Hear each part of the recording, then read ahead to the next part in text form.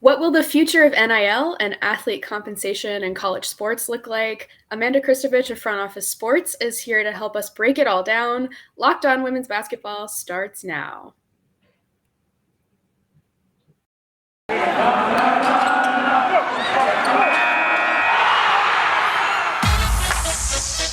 You are Locked On Women's Basketball, your daily podcast on women's basketball.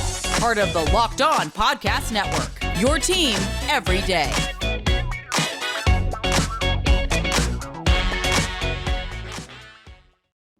Hey, hi, hello, everybody. You are Locked On to Women's Basketball. I'm Isabel Rodrigues. I'm a contributing writer over at The Next.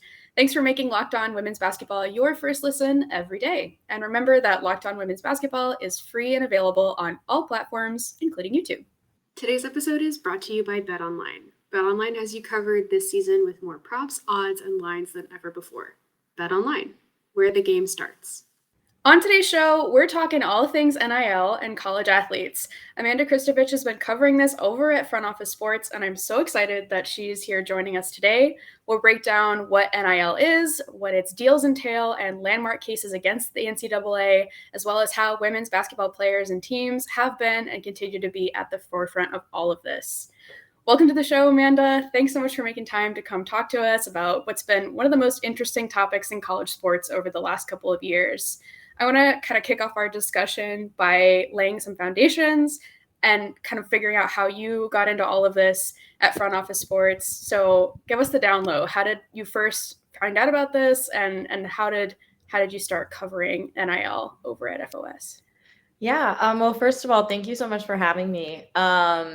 So I basically got into covering NIL because I finished my graduate journalism program straight into May of 2020, the height of the pandemic.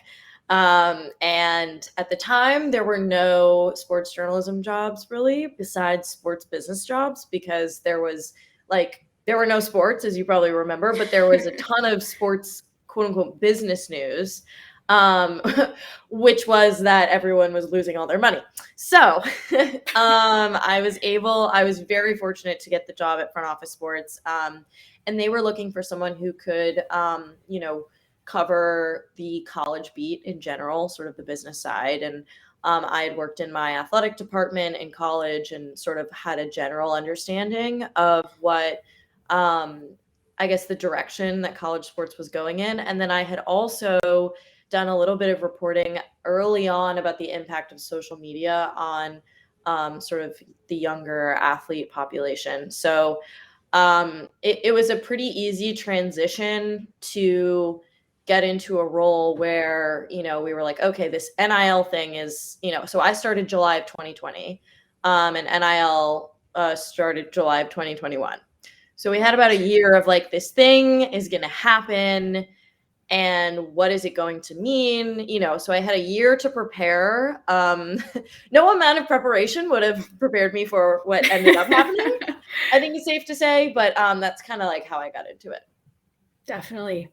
So that's how you got into all of this. Yes. And I guess the first thing that I kind of want to talk about is how the NCAA got involved with all of this, and where they kind of first started with regulating NIL, and kind of how that intersects with the idea that we hear so often from the NCAA, which is that college sports are amateur sports at the heart of it. Right. So I think the best way, or the best place to start, would probably be the decision in the O'Bannon v. NCAA case, which was decided several years ago. It was essentially saying that so there used to be EA college sports, EA college football, EA college basketball. And Ed O'Bannon, a UCLA athlete, basically sued the NCAA for the fact that technically his name, I don't believe, was in the game, but it was very clear that like there was an athlete in the game that was supposed to be him. Basically him. Yeah.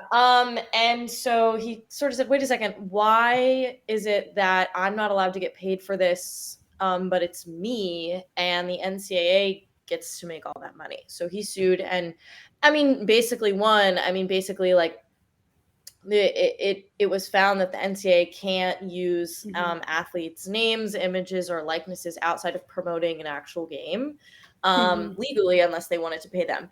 And so instead of the NCAA paying them in 2014, they just said, we're not going to do this at all, because that's how much they didn't want to pay them.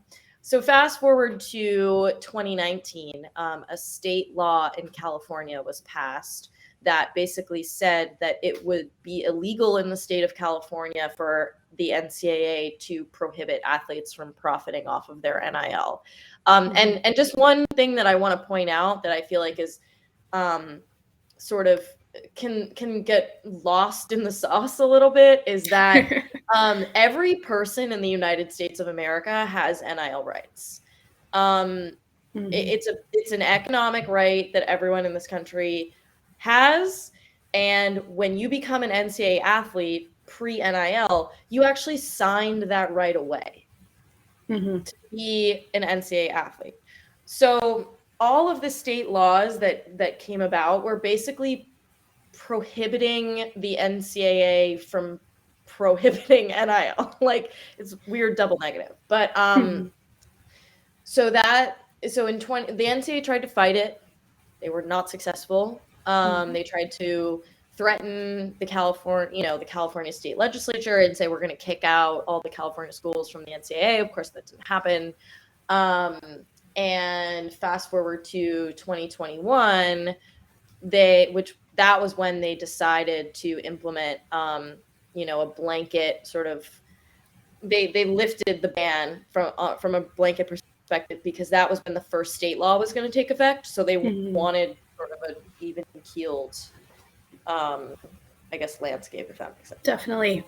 And so the 2019 case that you're talking about that's the Alston case versus the NCAA, or is that? So there was the O'Bannon case, which was 2014. Then, this was a state law that was passed in 2019 in California. And then the Alston case was decided in June of 2021 at the Supreme Court level, which isn't directly about NIL, but it had a very indirect effect on the way that the NCAA was able to govern NIL. Definitely. And I think that's one case that's come up a lot recently, because there's another case that we'll talk about later that's had some pretty significant, has shaken things up a little bit even more. So going back to this Alston case, it's an antitrust case against the NCAA, and it made it all the way to the Supreme Court. You wrote about it pretty extensively. I guess, why is an antitrust case so powerful in terms of athletes trying to make this case for compensation?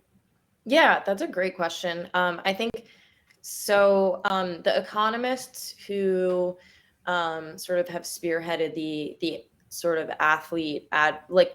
financial athlete advocacy movement basically came to the conclusion, and this is the case with O'Bannon, with Alston, and with Johnson, and with House, that antitrust law is the way to go in terms of trying to prove that the NCAA's business model is illegal.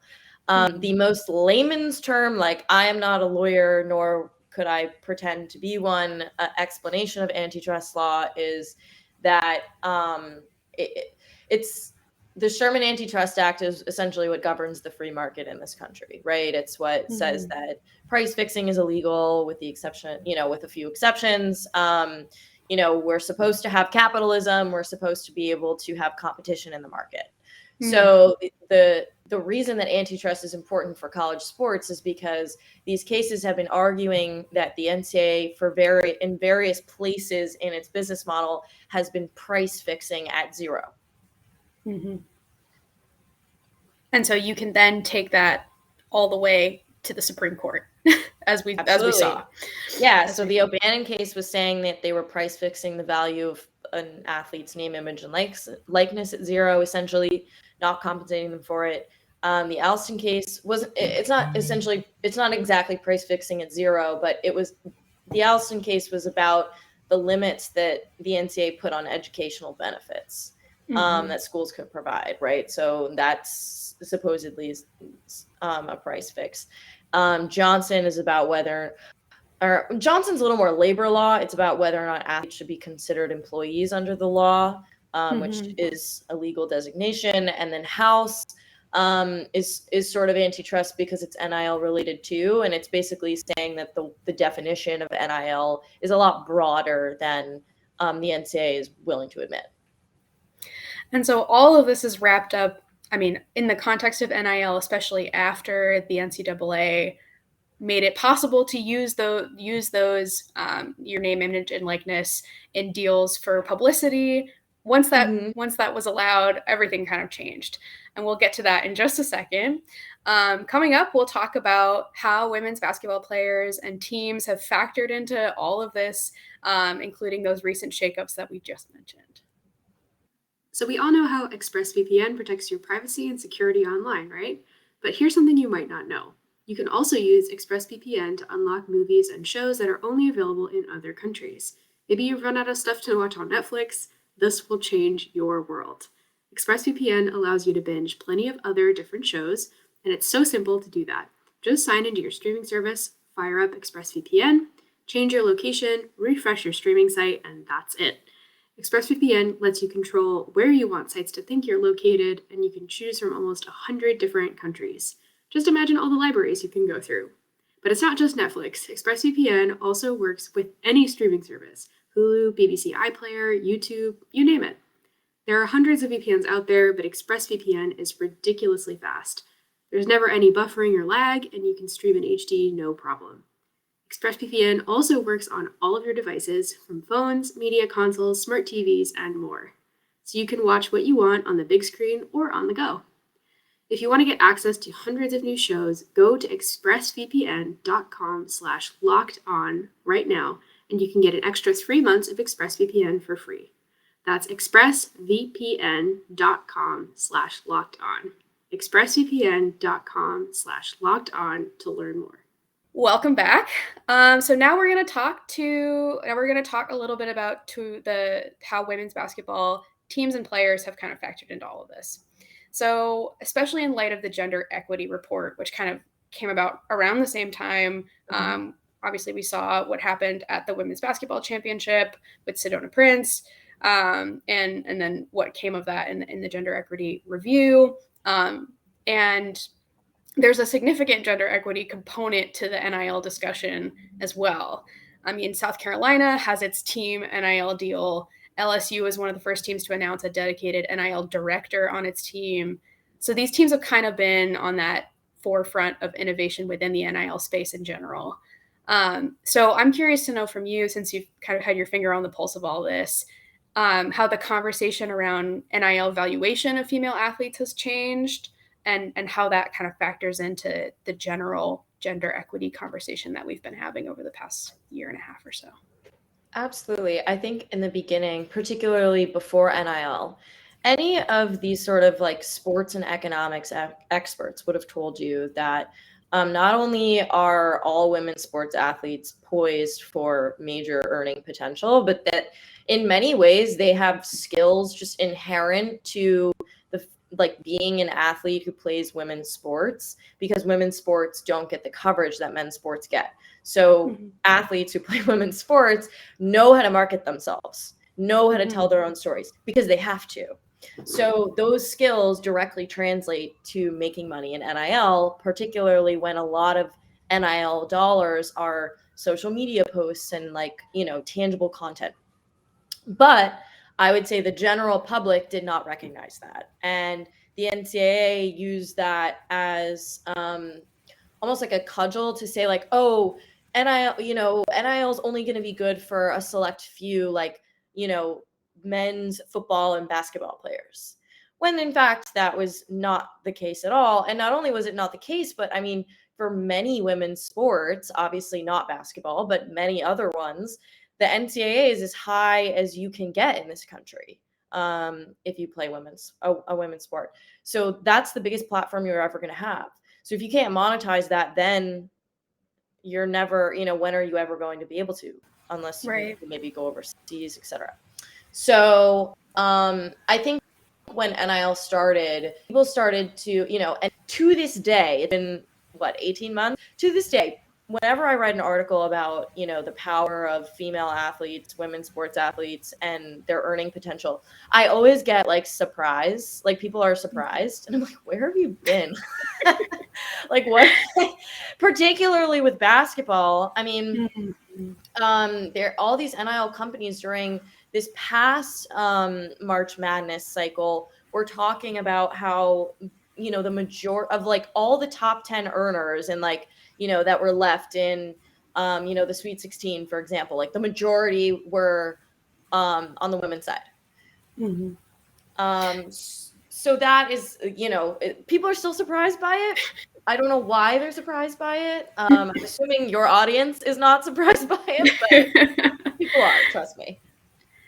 I can imagine, yeah. And I mean, there's one thing that you briefly mentioned there that I've always found kind of interesting is the idea of like an NIL collective or a group that forms around helping student athletes within a specific sport or at a specific school, helping them figure out how this works and where to even go with it. And I'm curious whether like how like when you notice those starting to pop up and whether you noticed any trends with where they were popping up or who was benefiting most from those. Yeah, I mean, I feel like in sort of the winter, January through March is when collectives really started, I guess, sort of catching the attention of the headlines. The vast majority of collectives are still focusing on football and men's basketball from a recruiting perspective. However, there have been an increasing number of collectives that either are supposed to be for the entire athletic department or they're specific to a particular women's sport. So, for example, I believe Utah women's gymnastics now has a collective. That's an example of, a team that has nationwide renown, that is at the top of its sport, that regularly sells out, its competitions. And as a result of that, the local community has not only said that we want to invest in that, but we want to put specific effort into investing in this sport and this one only. Not, which isn't to say that there aren't opportunities for other sports at Utah, right? So I think that as we get further into the NIL era, there will be more collectives for women's sports, women's basketball teams, gymnastics, softball, etc. It's just a question of like, you got to think about like the big boosters at these schools a lot, and like the football boosters. Well, they're already sort of galvanized in raising money for their football team. So it's easy. The infrastructure was almost already there. Right. Yeah. But I will say that there are plenty of examples across the country. I mean, and again, yes, it's like Power 5. You talked about trends. Power 5 schools have more collectives than everybody else. I think that's pretty safe to say. But everyone is starting to realize that that's a pretty, like, I don't want to say easy because of all the regulations, but it's a pretty intuitive way to support your team, no matter what the team is. Yeah, and I think one aspect of it that goes kind of underlooked is, I mean, obviously the things that make headlines are the big brands signing college athletes, your Crocs, your Nikes of the world, like your major athletic brands. But there are plenty of athletes who are making these types of deals with local businesses or working with people within their own communities. And so that, I think that at least is one part of it that can be really powerful that maybe doesn't necessarily come across as a top headline when it happens. Right. And I think like when we want to talk about success in NIL, there's obviously been a lot of talk about like who's making the most, who's making $1 million, is Paige Becker's making $1 million? Like who is, making six figures? Think back to when you were at college, it's like when you were a college student, when I was a college student, like if I got $100 a week, that would have been a huge win for me. Huge win, game-changing win, right? So yes, for a lot, particularly the high profile basketball teams, making, the South Carolinas of the world, the UConns of the world, the goal is going to be to cash in big. And then also to make relationships with brands that you're going to bring into your professional playing career. Right. However, as you said, success comes in many different forms. And really the idea of NIL was just like, when you're a college athlete, you just don't have time to like have a part-time job. You don't have time, particularly if you're making a minimum wage job and you only have 5 free hours a week to work a campus job, like you're not going to make any, it's like almost not worth it. So on top of being a student. Student, athlete, a young person who has a social life and also needs to eat and sleep and call their parents sometimes. You know what I mean? If you can spend 20 minutes on a social media post and make like $100, that's huge. Absolutely. And that was completely prohibited before. So to me, like when people talk about, like the success and comparing, like Drew Timme to Paige Beckers and who's making more, it's like, that's a fun conversation to have, but really, and then also let's bring like lessons and clinics into this equation. Over the summer, when you're not training, you can go back to your hometown and you can give basketball lessons to, the girls at your high school or your middle school. Right. You weren't allowed to do that before. Like people don't realize that. So all of these things really add up. I mean, and it's, there are big opportunities and there are small opportunities and there are opportunities in between. But the point of the NIL rules was just to give athletes the same opportunities that literally everyone else on their campus already had. Have you ever dealt with sweat stains or had your clothing get uncomfortable because of sweat? I live near the East Coast where it gets super humid during the summer, and this feeling is really hard to avoid. Finding products that allow us to go about our day, even on the hottest of days, has been really difficult. But Sweatblock is a great solution. Sweatblock wipes have been a bestseller on Amazon for the past 10 years and have over 10,000 5-star reviews. Don't miss this opportunity to try Sweatblock and help avoid that uncomfortable feeling of being too sweaty or trying to eliminate odors. You should try Sweatblock. Save 20% with the promo code LOCKEDON at sweatblock.com. That's locked on at sweatblock.com. These are also available on Amazon. And that's, I think, what makes the recent rule changes from the NCAA really interesting, especially when we talk about like teams building that infrastructure to support their own athletes. And we briefly touched on South Carolina, but they have one of the most interesting setups I think that I've seen, and that their entire team is guaranteed a certain amount. I think it's $25,000 a year from NIL deals that are for the entire team instead of for an individual. But because of some recent rule changes in the NCAA, there's wonder to whether or not that'll stick around for much longer. So I guess I keep alluding to these rule changes. It's probably good if we went over a little bit what's the most recent updates to all of this. So if you could maybe detail what's been going on recently and what's got people a little bit worried, perhaps. So the NCAA released a few weeks ago now, quote unquote, clarifications to their sort of sparse existing NIL guidance. In my personal opinion, they were not so much clarifications as they were, in many cases, completely new rules, full stop. There are a lot of and this is the first one, which I believe you're alluding to with South Carolina. The one that stuck out the most to me, not to a lot of my peers, but to me, was that the NCAA explicitly said that athletic department employees cannot negotiate deals on behalf of their athletes. A lot of people, when I pointed this out, a lot of people came into my mentions on Twitter saying that everyone already knew that, no one was actually doing that. And I'm like, no. There are lots of schools, think St. John's, think Mhm. Boise State, where athletic department officials were absolutely negotiating deals on behalf of their athletes because they did not have state laws that prohibited that activity. Before, it was all the state laws, right? And think about it.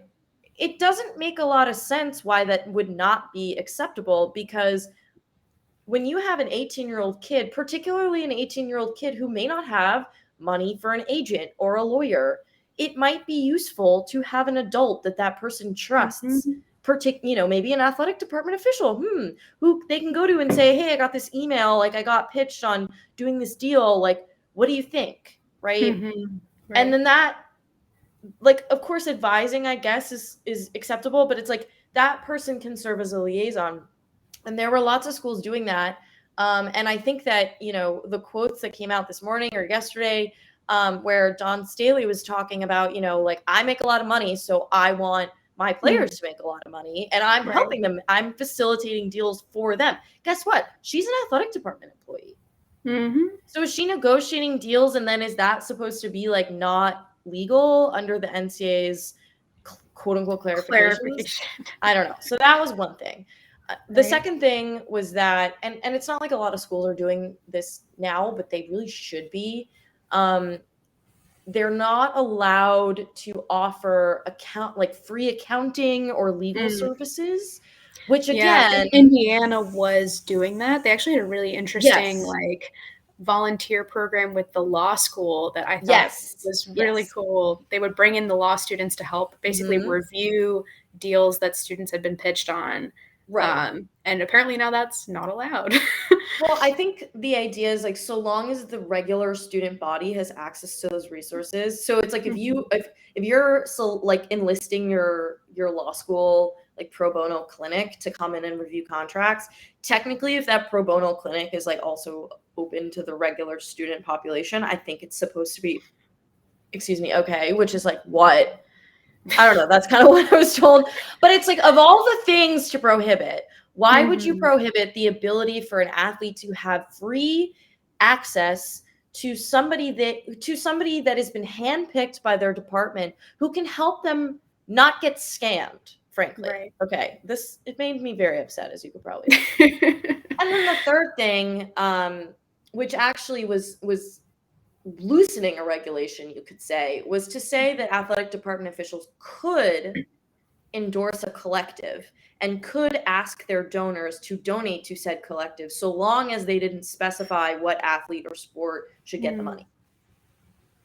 So that basically, there's a Florida state senator who was heavily involved with the drafting of Florida's NIL law, and he tweeted that that rule essentially makes collectives the PACs of college sports, like, in the political sense, which I thought was like a brilliant comparison.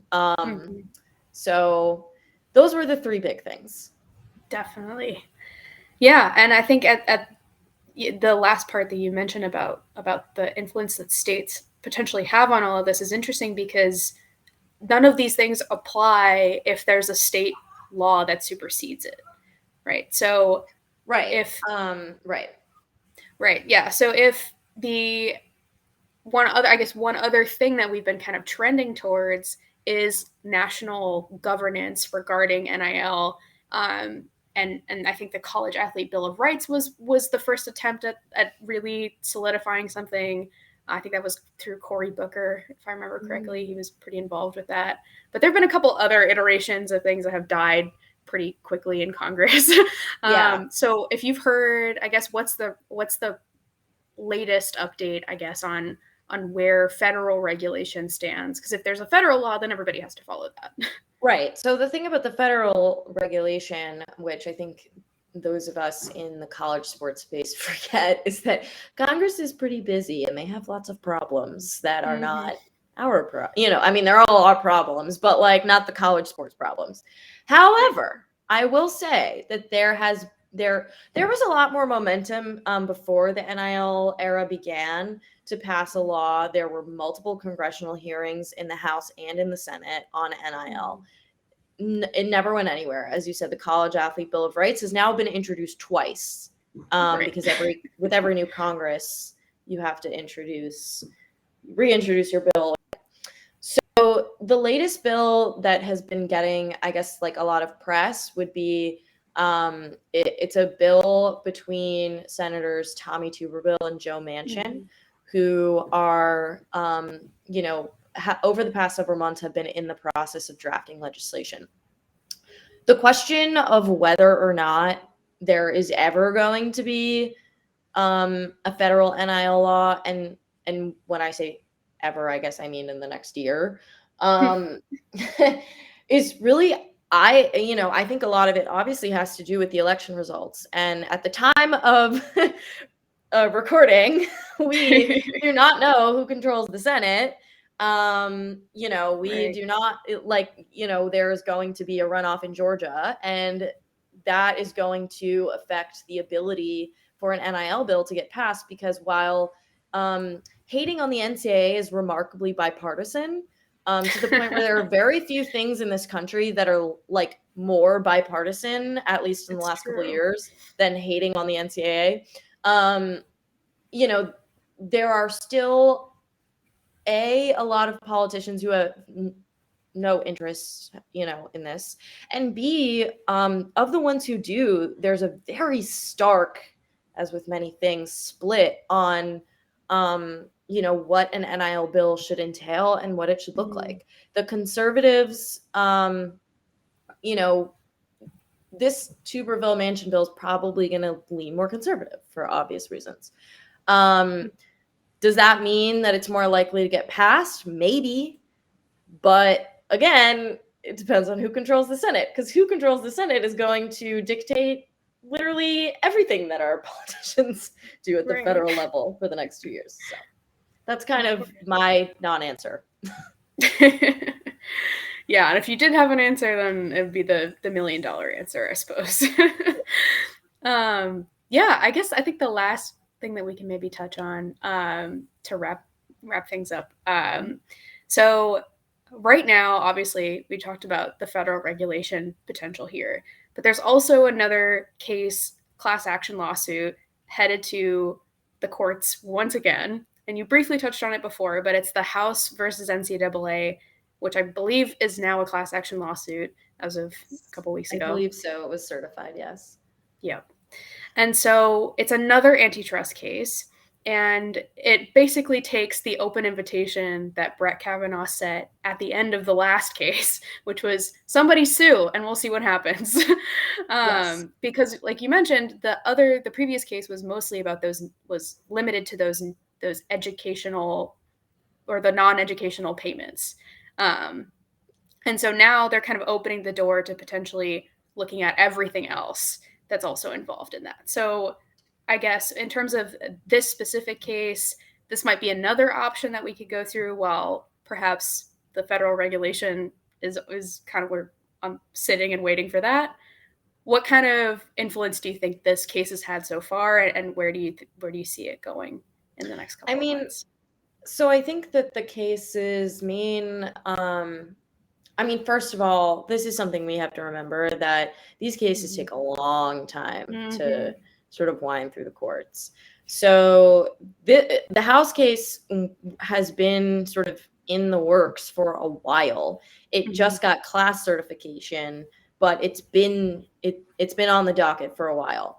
And I think that if there is a trial, a decision that is in favor of the athletes, it would cost the NCAA a lot of money, because they're asking for damages, which is like essentially saying that they're asking the NCAA to pay all the athletes who didn't make NIL money before the rules passed. And then the second thing, which is the most interesting thing to me, is how the case defines NIL. Currently, media rights revenue is not considered NIL in college sports, even though it is considered such in the pros. And let me explain that briefly. So in the pros, you have your players' unions that negotiate on behalf of the players, the media right, their package of money that they get, or their cut that they get from the TV revenue that the league and the teams receive, right? So, and that's considered like kind of NIL because the athletes are playing on TV and their faces are on TV. Like, it's pretty intuitive, right? So it's a bit strange that the NCAA was able to say, oh, but actually, like, the media rights revenue is not NIL revenue, even though the players' faces are on TV and you're watching them. And well, the players' faces are on there on top of, like, they're playing in stadiums that are branded. They're playing with university uniforms that are branded. So it's a lot of different things altogether. Yeah, and now they're in the commercials too. Right. And the other thing that I should have mentioned was the NCAA tried to preempt this by putting in their latest guidance that conferences cannot share media rights revenue with athletes as an NIL deal. Okay. We'll see how that goes. But that's what the House case is trying to say, is that the media rights revenue is NIL. Therefore, the players not only can get a cut, but they should get a cut. And by the way, this was like a pretty controversial idea, like even a few years ago, but now it's like kind of not. Like, the rich conferences, the college football playoff, the Big Ten are two examples of where their leaders haven't outright come out and said, we're going to do this, but they have sort of, hinted, like, just like ever so slightly hinted that, like, maybe we would consider exploring sharing media rights revenue or at least other benefits, because we are so rich that we don't know what to do with the money. And we recognize that it's kind of looking bad. So to make all of this money off of what in some cases are literal children. Yeah. So that's kind of where the House case would go. I mean, again, it just got class certification. I mean, this is going to take a while. The Johnson case, which is about whether or not athletes are employees, oral arguments are going to be heard in a month. I mean, that case has also been in the works for a while. Oral arguments for the specific question of whether or not athletes are employees, which was sent up to the Third Circuit, which is a court of appeals, which is one level below the Supreme Court. So that argument is going to be heard. But even once it's heard and decided, then they just send the answer to that question back down to the district court, and then they like adjudicate the case as such. Right. It's going to take a while. Keep on going. And that's how you get a whole year of work even before the NIL even comes to pass. Yes. It's truly, I mean, I a lot of my friends went to law school. I didn't go to law school. I would not have survived law school. But I do sometimes feel like my job is way more similar to their jobs than I ever expected as a sports writer, which is not a bad thing. It's very interesting. But yeah. Absolutely. And I guess it's also worth mentioning just for our listeners that, so the reason I bring up the House case specifically is that Sedona Prince is she's one of the listed plaintiffs on that case. Yep. She's one of the named plaintiffs. Right. And she, if you're paying attention to Oregon basketball, is not going to be playing basketball this year because of an elbow injury. So it'll be interesting to see how involved she gets with this and whether we see anything from her during all this time about it. Yeah, I mean, it's interesting too, because like as a plaintiff, she can't talk about it unless like her lawyer gives her the okay, which is very standard across all legal cases. I mean, right? Because think about it, you don't want to, you're suing somebody, you don't want to get on some TV program and say something that the other side can use against you. But I mean, she has very quietly been one of the drivers of NIL rights. She has not gotten a lot of credit for it publicly. But she's been part of this case since, long before Alston was decided. So that's definitely, I'm glad, that's important for you to note for sure. Absolutely. And I think all of this has been super interesting, and I'm so glad that you were able to join us and come talk about this. I mean, truly, it's one of the most interesting parts of college sports for me, at least right now, is the idea of compensation and fair compensation. And eventually we'll see how Title IX is going to fold into all of this. So it's going to be a very interesting year and a half and probably more. Yes, absolutely. And the last thing I'll say is when the next media rights deal gets negotiated for NCAA championships, and Mm-hmm. women's basketball is slated to bring in alone at least 118 million annually, there will be an even bigger push, in my humble opinion, for women's basketball players to get paid, because then they'll be able to have the receipts of how much money they're bringing in too. Absolutely. Absolutely. All right. Well, thanks so much for taking the time. And I'm so glad that we were able to make this happen, and happy to have you back on whenever you want. Absolutely. Thank you for having me. Yes, of course. And thanks everybody for listening to Locked On Women's Basketball today. You can find us wherever you get your podcasts every single day. Make sure to listen out for our episodes on Fridays with Jackie Powell, and over the weekend on Saturdays, our big draft WNBA coverage. Thanks again, everybody, and have a great rest of your weekend. Thank you for making Locked On Women's Basketball your first listen every day. For your next listen, check out Locked On Sports Today. The biggest stories of the day, plus instant reactions, big game recaps, and the take of the day. Available on the Odyssey app, YouTube, and wherever you get your podcasts.